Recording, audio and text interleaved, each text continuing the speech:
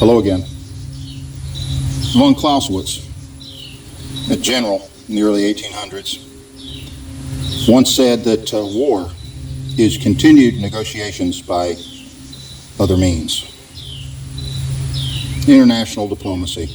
Oh, this country's doing this, so we've got to stop them, or that country's, if they do this, they'll be a threat to us, so we got to go in advance to stop them. Really, the logic behind all that. Well, here's a little bit of different thinking about it. Let's go to the Second Amendment. What do you believe about the Second Amendment? Carry it out to its fullest of what it actually says. It actually says that any weaponry that you want, you can have, because it's not what you have that is a problem, it's what you do with it. And then it might be a crime.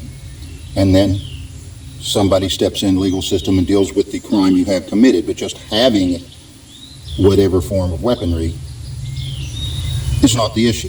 That's the Second Amendment. Okay? Now, if the government can have weaponry, then it logically means that any citizen can have that weaponry. And really is a question of what weaponry the government ought to be allowed to have. But that, carrying it out, logically, that's what the Second Amendment means. Now, when it comes to other countries, if they want to have a nuclear bomb, is it any of our business? Especially if you look at history, there are countries we gave the nuclear bomb to. But if there is a sovereign country and they decide they would like to have nuclear weapons, and we don't like that idea, do they answer to us, or are they a sovereign country? You see, we aren't their daddy. If we want other countries to move a certain way, we don't like some of their policies and stuff, our best approach is to talk to them.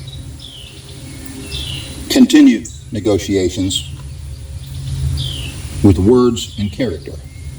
Find out what they want, what they're actually wanting to achieve, and try to make the pathway for them to get what they want agree with the pathway to get what we want. We don't have to drop bombs then. Never have the bombs dropped for the reasons that the TV news said they did. Never. Take that back to World War II. You know, there's no questions. The documents exist with FDR's fingerprints on them. We baited Japan to attack Pearl Harbor so that we could excuse ourselves to go fight Hitler. Okay, that's just a fact. We didn't have to do that. We didn't have to fight in World War II. Whoever wins, wins. Whoever loses, loses. We can have conversation with whoever wins after it's over, but we don't have to get involved. Does that disagree with you thinking we have to go defend other countries? Which one of the founding fathers said we should be a friend to everyone, but an ally with none? It's not our business what other countries do. And if we're worried about somebody having a nuclear bomb, we ought to worry about those who have actually used a nuclear bomb to kill people with. Are there any countries that have done that? Only one. And everybody thinks it's perfectly justified for the United States to have all these weapons. That's kind of hypocritical, isn't it? Day of judgment, God is calling.